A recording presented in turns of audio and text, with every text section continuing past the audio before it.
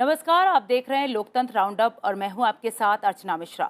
इस खास कार्यक्रम में हम बात करेंगे राष्ट्रपति, उपराष्ट्रपति, प्रधानमंत्री और लोकसभा अध्यक्ष से जुड़ी कुछ खास खबरों की। साथ ही डालेंगे नजर लोकतंत्र और संसद भवन परिसर से जुड़ी तमाम गतिविधियों पर। तो शुरुआत करते हैं लोकतंत्र राउंडअप की, लेकिन सबसे पहले नजर हेडलाइंस पर। डोमिनिकन गणराज्य की उपराष्ट्रपति रकेल पेना रोड्रिग्स की भारत यात्रा। राष्ट्रपति, उपराष्ट्रपति और लोकसभा अध्यक्ष से हुई मुलाकात। दोनों देशों के बीच परस्पर सहयोग और संबंधों को मजबूत बनाने पर बनी सहमति। उपराष्ट्रपति ने भारतीय प्रशासनिक सेवा के 2021 बैच के प्रशिक्षु अधिकारियों को किया संबोधित। कहा, अधिकारियों के पास है शासन, जवाबदेही और पारदर्शिता से काम करने का इकोसिस्टम। आचरणों से प्रेरक, प्रेरणादायक और परिवर्तन का केंद्र बनने का दिया सुझाव। लोकसभा अध्यक्ष ओम बिरला ने संसदीय क्षेत्र कोटा में यूथ हॉस्टल का किया लोकार्पण। संबोधन में कहा कि दूसरे चरण का काम जल्द होगा शुरू। युवाओं के लिए जल्द ही अंतर्राष्ट्रीय स्तर का स्पोर्ट्स कॉम्प्लेक्स बनाने के लिए प्रयास जारी।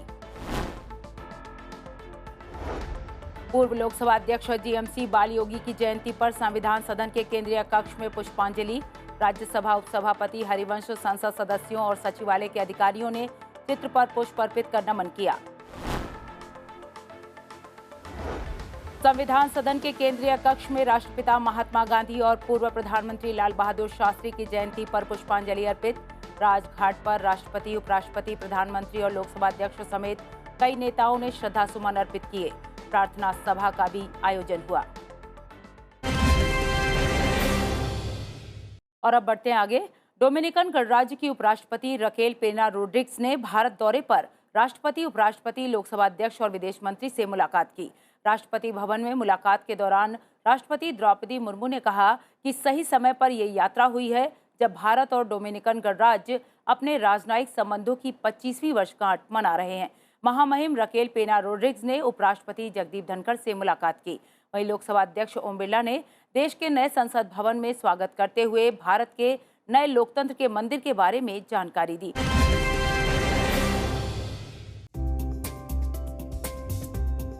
भारत यात्रा पर आई डोमिनिकन गणराज्य की उपराष्ट्रपति ने राष्ट्रपति द्रौपदी मुर्मू से राष्ट्रपति भवन में मुलाकात की।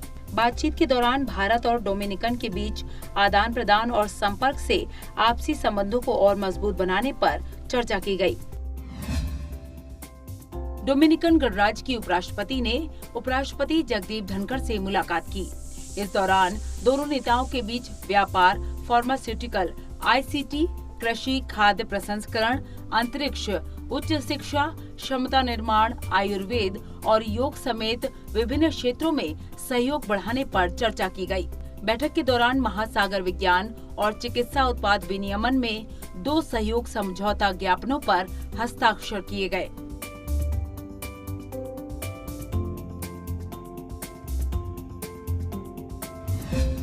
डोमिनिकन गणराज्य की उपराष्ट्रपति रकेल पेना रोड्रिग्स के नेतृत्व में भारत की आधिकारिक यात्रा पर आए प्रतिनिधिमंडल ने संसद भवन में लोकसभा अध्यक्ष से मुलाकात की। दोनों देशों के बीच राजनयिक संबंधों के 25 वर्ष पूरे होने का जिक्र करते हुए लोकसभा अध्यक्ष ने कहा कि दोनों देश के घनिष्ठ संबंध परस्पर मैत्री, लोकतंत्र के साझा मूल्यों और वैश्विक मुद्दों पर समान विचारों की मजबूत नींव पर आधारित हैं। लोकसभा अध्यक्ष ने कहा कि दोनों देशों को लोकतंत्र को बढ़ावा देने के लिए संसदीय आदान प्रदान को और अधिक बढ़ाना चाहिए। बढ़ते आगे। राष्ट्रपति द्रौपदी मुर्मू ने भारतीय कंपनी सचिव संस्थान के 55वें स्थापना दिवस समारोह में शिरकत की। कार्यक्रम को संबोधित करते हुए राष्ट्रपति ने कहा कि एक सशक्त और समर्थ भारत के निर्माण में आईसीएसआई का योगदान सराहनीय है। संसाधनों के प्रबंधन में कॉरपोरेट जगत की विशेष भूमिका होनी चाहिए। राष्ट्रपति ने कहा कि कॉरपोरेट प्रशासन के एक सतर्क प्रहरी के रूप में कंपनी सचिवों की ये जिम्मेदारी है कि वे सुनिश्चित करें कि ईज ऑफ डूइंग बिजनेस को और बेहतर करने के लिए बनाए गए कानूनी प्रावधानों का दुरुपयोग न हो। राष्ट्रपति द्रौपदी मुर्मू ने दिल्ली में आईसीएसआई यानी भारतीय कंपनी सचिव संस्थान के 55वें स्थापना दिवस समारोह में शिरकत की। इस अवसर पर कार्यक्रम को संबोधित करते हुए राष्ट्रपति ने कहा कि कंपनी सचिवों को ये याद रखना चाहिए कि उनकी निष्ठा किसी कंपनी के अधिकारी या पेशेवर के रूप में कानूनी काम करने तक केवल सीमित नहीं है, बल्कि उनका कर्तव्य देश के हर एक नागरिक के प्रति है। आप वो है जो आपकी गहन इच्छा है। जैसे आपकी इच्छा है ऐसे आपकी आकांक्षा है, जैसे आकांक्षा है ऐसा आपका कर्म है, जैसा आपका कर्म है ऐसा ही आपका भाग्य है। अब आप भारत को गुड कॉर्पोरेट गवर्नेंस के साथ साथ गुड गवर्नेंस का रोल मॉडल भी बना सकते हैं। अतः आपके कार्य ऐसे होने चाहिए जो भारत के को विश्व पटल पर स्थापित कर सके। बढ़ते आगे, राष्ट्रीय रक्षा महाविद्यालय के 63वें पाठ्यक्रम के प्राध्यापकों और सदस्यों ने राष्ट्रपति से मुलाकात की। ये मुलाकात राष्ट्रपति भवन में हुई। इस अवसर पर कार्यक्रम को संबोधित करते हुए राष्ट्रपति ने कहा कि एनडीसी पाठ्यक्रम भविष्य के जटिल सुरक्षा माहौल से व्यापक तरीके से निपटने के लिए सैन्य और सिविल सेवा अधिकारियों को तैयार करने में महत्वपूर्ण भूमिका निभाता है। तेजी से बदलते भू राजनीतिक माहौल में हमें किसी भी प्रतिकूल स्थिति से निपटने के लिए अच्छी तरह से तैयार रहने की जरूरत है। राष्ट्रीय रक्षा महाविद्यालय के 63वें पाठ्यक्रम के प्राध्यापकों और सदस्यों ने राष्ट्रपति द्रौपदी मुर्मू से मुलाकात की। इस मौके पर राष्ट्रपति ने कहा कि एनडीसी पाठ्यक्रम भविष्य के जटिल सुरक्षा माहौल से व्यापक तरीके से निपटने के लिए सैन्य और सिविल सेवा अधिकारियों को तैयार करने में महत्वपूर्ण भूमिका निभाता है। This course play an important role in preparing military and the civil services officers to deal with the complex security environment of the future in a comprehensive manner. I am sure that close interactions among participants of different countries has enriched and widened the outlook of all the participants of many international issues. बढ़ते आगे, 2021 batch के भारतीय प्रशासनिक सेवा के प्रशिक्षु अधिकारियों ने उपराष्ट्रपति जगदीप धनखड़ से मुलाकात की। ये मुलाकात दिल्ली स्थित उपराष्ट्रपति निवास पर हुई। बातचीत के दौरान उपराष्ट्रपति ने कहा कि अधिकारियों को समर्पण भाव से राष्ट्र निर्माण के लिए काम करना चाहिए। उन्होंने कहा कि भारत बहुत तेज गति से आगे बढ़ रहा है और 2047 में जब देश स्वतंत्रता का शताब्दी वर्ष मनाएगा तो दुनिया का नेतृत्व कर रहा होगा और ऐसे में आईएएस अधिकारियों की जिम्मेदारी और बढ़ जाती है। इसीलिए अधिकारियों से उम्मीद की जाती है कि वे अपने आचरणों से प्रेरक, प्रेरणादायक और परिवर्तन के केंद्र बने।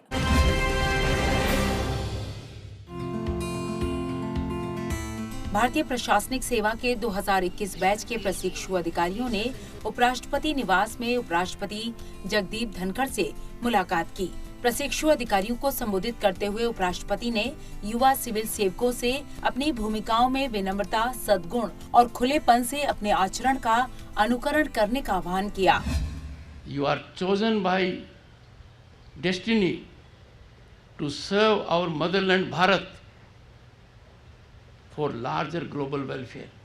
आपका हर कदम, आपका हर आचरण लोग इसलिए देखेंगे कि आईएएस में है। जिस पद पर भी आप रहोगे, जनता की सेवा करना जब आपका काम होगा, उसके अलावा भी you have to be motivational, you have to be inspirational, you have to be an epicenter of change, and वो कैपेसिटी और किसी में नहीं है जो आपको मौका मिला है। सिविल सर्विसेज डे पर मैंने कहा था कि अधिकारियों को, आपकी कैटेगरी को 10 गुना पैसा मिलना आसान नहीं है आज के दिन। You can get 10 times. That will be fiscal benefit only. पर देश की सेवा करना, देश के लोगों के जीवन में बदलाव लाना, वो मौका आपको मिला है। साथ ही उपराष्ट्रपति ने सलाह दी कि नागरिक उन्हें प्रेरक, प्रेरणादायक और परिवर्तन का केंद्र के रूप में देखते हैं। इसीलिए उन्हें अपनी भूमिका के निर्वहन में एक आदर्श स्थापित करना चाहिए। लोकसभा अध्यक्ष ओम बिरला ने अपने संसदीय क्षेत्र कोटा में युवा खिलाड़ियों के लिए यूथ हॉस्टल का लोकार्पण किया। इस मौके पर लोकसभा अध्यक्ष ने कहा कि देश के अन्य शहरों से कोटा आने वाले युवाओं और खिलाड़ियों को यूथ हॉस्टल की सुविधा मिलेगी, जिससे कि विभिन्न प्रदेशों से आए युवाओं में एकता की भावना मजबूत होगी। लोकसभा अध्यक्ष ने बताया कि यूथ हॉस्टल में दूसरे चरण का निर्माण कार्य जल्द ही शुरू होगा।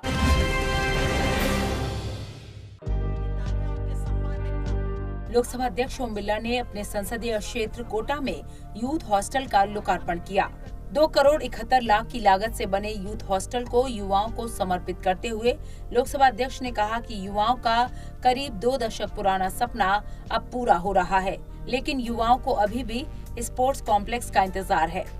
लोकसभा अध्यक्ष ने कहा कि कोटा का स्पोर्ट्स कॉम्प्लेक्स ऐसा होगा जिसे पूरे भारत में जाना जाएगा। वर्तमान परिप्रेक्ष्य के अंदर हम पर्यटन से लेकर खेल तक की सुविधाओं का विस्तार करने का प्रयास करें और मुझे खुशी है कि खेल सुविधाओं का व्यापक विस्तार हुआ है। और लेकिन एक सपना मेरा नौजवान जरूर देख रहा है। जब वो देखता है कि कहीं 100 करोड़ का, कहीं 200 करोड़ का एक स्पोर्ट्स कॉम्प्लेक्स बन रहा है, तो उसकी आंखों के सपनों को मैं समझता हूं, उनके विचारों को समझता हूं, उनकी भावनाओं को समझता हूं। अभी यहां पर निर्माण कार्य तो हुआ है, लेकिन वक्त का इंतजार करो। राजस्थान में कोटा भी स्पोर्ट कॉम्प्लेक्स के रूप में देश और दुनिया में जाना। बढ़ते आगे, केंद्रीय मंत्री पीयूष गोयल की मौजूदगी में लोकसभा अध्यक्ष ओम बिरला ने अपने संसदीय क्षेत्र कोटा में व्यापार एवं उद्योग समृद्धि संवाद को संबोधित किया। इस मौके पर लोकसभा अध्यक्ष ओम बिरला ने कहा कि देश के विकास में कोटा का महत्वपूर्ण योगदान है और प्रधानमंत्री नरेंद्र मोदी के नेतृत्व में लगातार देश प्रगति कर रहा है।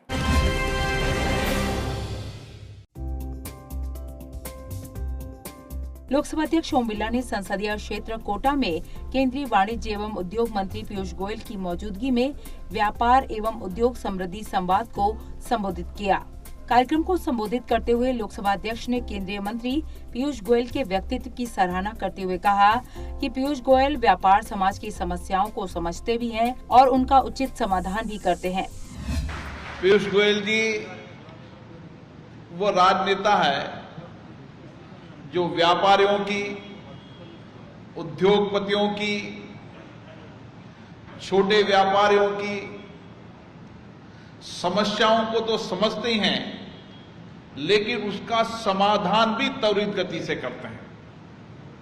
आप जब वित्त मंत्री थे, जब आपने जीएसटी के सरलीकरण के लिए बहुत महत्वपूर्ण कार्य किए, हर काम को त्वरित गति से करना, तुरंत करना और एक्यूरेसी से करना। जितने काम आपने दिए हैं, आप देखेंगे 1 महीने में जिनके परिणाम आ सकते हैं, सबके परिणाम आएंगे। केंद्रीय मंत्री पीयूष गोयल ने कहा कि देश की सेवा में व्यापारी समाज का बड़ा योगदान है। व्यापारी वर्ग अपनी कमाई का बड़ा हिस्सा समाज सेवा में लगाता है और ये विशेषता व्यापारी समाज की सबसे बड़ी पहचान है। जो हमारी विरासत, हमारी जो परंपराएं हैं, उसको आपने वर्षों दशकों और शतकों तक चालू रखा। पीढ़ी दर पीढ़ी भारत के इतिहास, भारत की परंपराओं को आपने संभाल के रखा है। उसके लिए ये देश सदैव राजस्थान का ऋणी रहेगा। मैं समझता हूं आगे चल के भी कोटा व्यापार की दृष्टि से, शिक्षा की दृष्टि से, उद्योग की दृष्टि से और ज्यादा तेजी से आगे बढ़े, इसमें कोई ताकत रोक नहीं सकती। आपका भविष्य सुनिश्चित है। तो कार्यक्रम लोकतंत्र राउंडअप में वक्त हो गया है एक ब्रेक का। ब्रेक के बाद भी खबरों का सिलसिला जारी है, बने रहिए। ब्रेक के बाद एक बार फिर आपका स्वागत है। बढ़ते हैं अगली खबर की ओर। उपराष्ट्रपति ने संकल्प फाउंडेशन और पूर्व सिविल सेवा अधिकारी संघ को संबोधित किया। कार्यक्रम को संबोधित करते हुए उपराष्ट्रपति ने कहा कि समाज में परिवर्तन तब आएगा जब हम अपने सांस्कृतिक मूल्यों का आदर करेंगे। हमें भारतीय होने पर गर्व होना चाहिए। उपराष्ट्रपति ने कहा कि G20 के सफल आयोजन ने पूरी दुनिया को भारत की संस्कृति से परिचित करवाया। उपराष्ट्रपति ने युवाओं से कहा कि जो लोग दूसरे देशों में जाकर भारत की आलोचना करते हैं, उनका खुलकर विरोध होना चाहिए।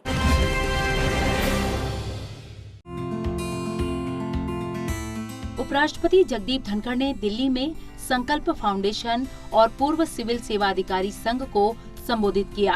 इस मौके पर उपराष्ट्रपति ने कहा कि भारत जैसी समृद्ध विरासत पूरी दुनिया में नहीं, जो लोकाचार और मानवीय मूल्य भारत की संस्कृति में है, वो दुनिया में कहीं नहीं।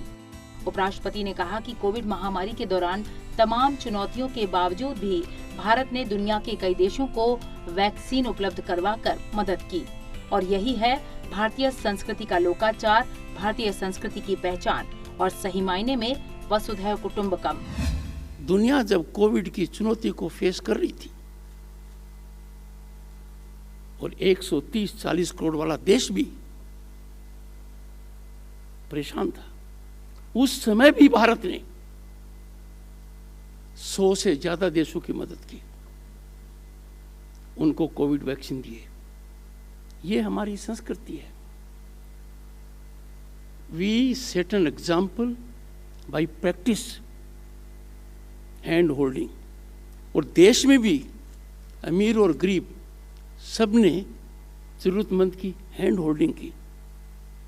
हमारी विरासत का तो मुकाबला किसी देश के सामने है ही नहीं। भारतीय मूल्यों के महत्व का जिक्र करते हुए उपराष्ट्रपति ने कहा कि समाज में परिवर्तन तभी आएगा जब हम अपने सांस्कृतिक मूल्यों का आदर करेंगे और भारतीय होने पर गर्व करेंगे। समाज में परिवर्तन तब आएगा जब हम हमारे सांस्कृतिक मूल्यों को नजरअंदाज नहीं करें। हमारे गुरुजन,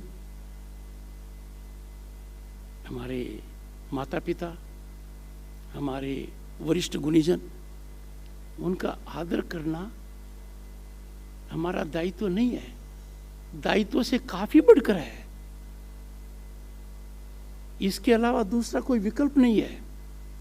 और उसी कड़ी में मैं आज के यूथ को कहूंगा, भारतीयता और भारत हमारे लिए सर्वोपरि है। हम भारतीय हैं, ये हमारे लिए बहुत ही प्रतिष्ठा का विषय है। We must always be proud citizens of Bharat. कार्यक्रम के दौरान एनजीटी यानी राष्ट्रीय हरित अधिकरण के पूर्व अध्यक्ष, समाज सेवी, पूर्व सिविल सेवा अधिकारी संघ के सदस्य और कई गणमान्य लोग मौजूद रहे। उपराष्ट्रपति जगदीप धनखड़ बिहार के एक दिवसीय दौरे पर अंतर्राष्ट्रीय पर्यटन स्थल राजगीर के नालंदा यूनिवर्सिटी पहुंचे। उपराष्ट्रपति ने कई मुद्दों पर छात्र छात्राओं के साथ विचार विमर्श किया। छात्रों को संबोधित करते हुए उपराष्ट्रपति ने कहा कि नालंदा ज्ञान और शिक्षा के लिए प्रसिद्ध है और इसका इतिहास और समृद्ध विरासत नालंदा को दुनिया में अलग पहचान दिलाती है। छात्रों को उस विरासत को ऊंचे स्तर तक ले जाना है। उपराष्ट्रपति जगदीप धनखड़ ने बिहार दौरे पर नालंदा विश्वविद्यालय के छात्रों, कर्मचारियों और शिक्षकों की सभा को संबोधित किया। उपराष्ट्रपति ने कहा कि शिक्षा के क्षेत्र में नालंदा विश्वविद्यालय का इतिहास और विरासत दुनिया में अलग है और लोग इसे सलाम करते हैं। For knowledge, for learning and for education, Nalanda is a unique brand, unrivaled brand. In this field, world has not seen a more potent, powerful brand. Nalanda, because of its history, the legacy that you have, makes you stand out in the world, and people will only salute. You have to carry that legacy to higher level. Nalanda विश्वविद्यालय की सराहना करते हुए उपराष्ट्रपति ने कहा कि भारत की प्रगति में युवाओं को बहुत महत्वपूर्ण भूमिका निभानी है। Knowledge is power. Knowledge through education is the most impactful transformational mechanism. If the world has to be changed, if the society has to progress, if inequities are to be leveled, if justice is to reach the last in the line, knowledge alone can do it. Once you acquire knowledge, execution is never difficult. कार्यक्रम के दौरान उपराष्ट्रपति की पत्नी doctor Sudesh Dhankhar, Bihar सरकार में मंत्री, सांसद उपस्थित रहे। गांधी जयंती के उपलक्ष्य में 1 अक्टूबर को स्वच्छता पखवाड़ा, स्वच्छता ही सेवा कार्यक्रम का आयोजन किया गया। इस अभियान के तहत प्रधानमंत्री नरेंद्र मोदी ने देशवासियों से 1 घंटे श्रमदान की अपील की। इसी कड़ी में संसद भवन परिसर में भी स्वच्छता अभियान आयोजित किया गया।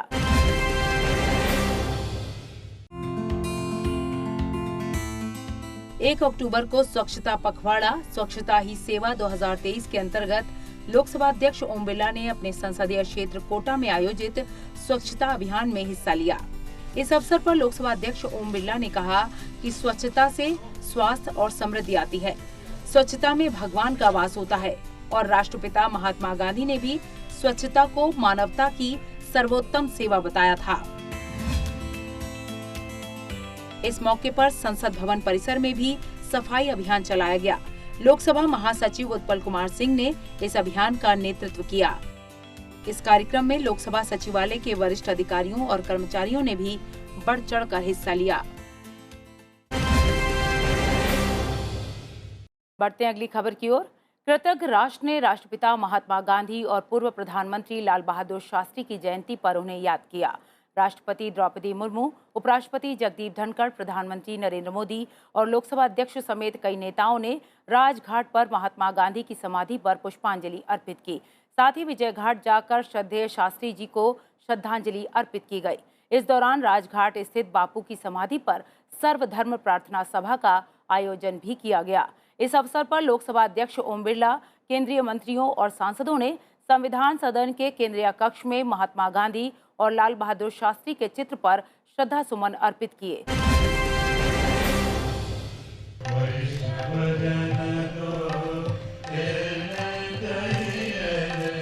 राष्ट्रपति द्रौपदी मुर्मू, उपराष्ट्रपति जगदीप धनखड़, प्रधानमंत्री नरेंद्र मोदी और लोकसभा अध्यक्ष ओम बिरला ने राजघाट पहुंचकर राष्ट्रपिता महात्मा गांधी को श्रद्धांजलि अर्पित की।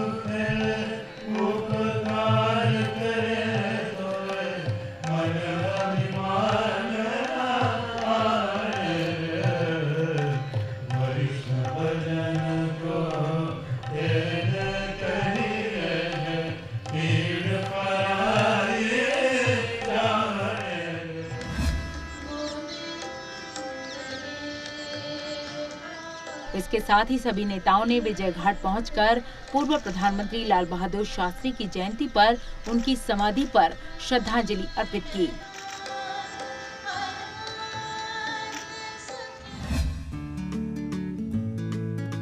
लोकसभा अध्यक्ष ओम बिरला ने राष्ट्रपिता महात्मा गांधी और पूर्व प्रधानमंत्री लाल बहादुर शास्त्री की जयंती पर संसद परिसर के संविधान सदन के केंद्रीय कक्ष में उनके चित्र पर श्रद्धा सुमन अर्पित किए। इस मौके पर शिक्षा मंत्री धर्मेंद्र प्रधान, संसदीय कार्य मंत्री प्रहलाद जोशी, राज्यसभा में नेता प्रतिपक्ष मल्लिकार्जुन खड़गे, संसद सदस्यों, पूर्व सांसदों और अन्य गणमान्य व्यक्तियों ने राष्ट्रपिता महात्मा गांधी और पूर्व प्रधानमंत्री लाल बहादुर शास्त्री के चित्र पर पुष्पांजलि अर्पित कर नमन किया।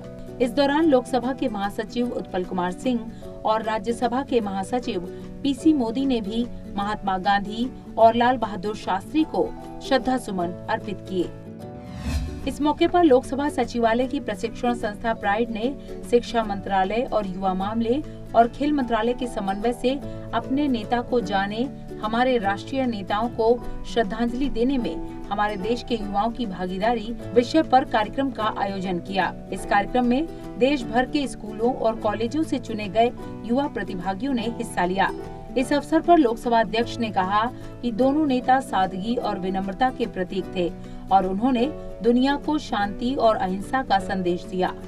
महात्मा गांधी की शिक्षाओं का जिक्र करते हुए लोकसभा अध्यक्ष ने कहा कि सत्यनिष्ठा, सादगी और आत्मनिर्भरता के प्रति गांधी जी की प्रतिबद्धता ने दुनिया भर में एक अमिट छाप छोड़ी। हम जब महात्मा गांधी के विचारों को, उनके दर्शन को, उनके जीवन को पढ़ते हैं, उनके जीवन दर्शन को देखते हैं, उनके जीवन के हर हिस्से से हमें नई प्रेरणा आज भी मिलती है। उनका हर प्रयोग दुनिया के अंदर आज भी प्रासंगिक है। इसके साथ ही लोकसभा अध्यक्ष ने जय जवान जय किसान का शक्तिशाली नारा देने वाले स्वतंत्र भारत के दूसरे प्रधानमंत्री भारत रत्न लाल बहादुर शास्त्री के बारे में कहा कि शास्त्री जी का यह नारा हमारे देश की रक्षा और विकास में हमारे किसानों और हमारे सुरक्षा बलों के उल्लेखनीय योगदान की याद दिलाता है।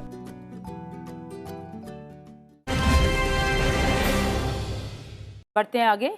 संविधान सदन के केंद्रीय कक्ष में पूर्व लोकसभा अध्यक्ष जीएमसी बालयोगी की जयंती पर पुष्पांजलि अर्पित की गई। राज्यसभा के उपसभापति हरिवंश, संसद सदस्यों और अन्य गणमान्य व्यक्तियों ने पूर्व लोकसभा अध्यक्ष जीएमसी बालयोगी के चित्र पर श्रद्धा सुमन अर्पित कर उन्हें नमन किया। इस अवसर पर लोकसभा महासचिव उत्पल कुमार सिंह, लोकसभा और राज्यसभा सचिवालय के अधिकारियों ने भी पुष्प अर्पित कर उन्हें याद किया। राज्यसभा के उपसभापति हरिवंश, संसद सदस्यों और अन्य गणमान्य व्यक्तियों ने संविधान सदन के केंद्रीय कक्ष में पूर्व लोकसभा अध्यक्ष जीएमसी बालयोगी के चित्र पर श्रद्धा सुमन अर्पित किए। इस अवसर पर लोकसभा के महासचिव उत्पल कुमार सिंह, लोकसभा और राज्यसभा सचिवालय के अधिकारियों ने भी पुष्प अर्पित कर उन्हें याद किया। बता दें कि पूर्व लोकसभा अध्यक्ष जीएमसी बालयोगी 12वीं लोकसभा के अध्यक्ष थे और उन्हें 13वीं लोकसभा का अध्यक्ष भी चुना गया। पूर्व लोकसभा अध्यक्ष जीएमसी बालयोगी का 3 मार्च 2002 को आंध्र प्रदेश के पश्चिम गोदावरी जिले में एक हेलीकॉप्टर दुर्घटना में निधन हो गया था। लोकतंत्र में संसदीय समितियों का अहम स्थान है। समय समय पर इन संसदीय समितियों की बैठक होती है। विभिन्न मुद्दों पर चर्चा के बाद ये समितियां अपनी रिपोर्ट सभा के समक्ष रखती हैं। तो आइए जान लेते हैं इस सप्ताह लोकसभा में किन किन संसदीय समितियों की बैठक हुई।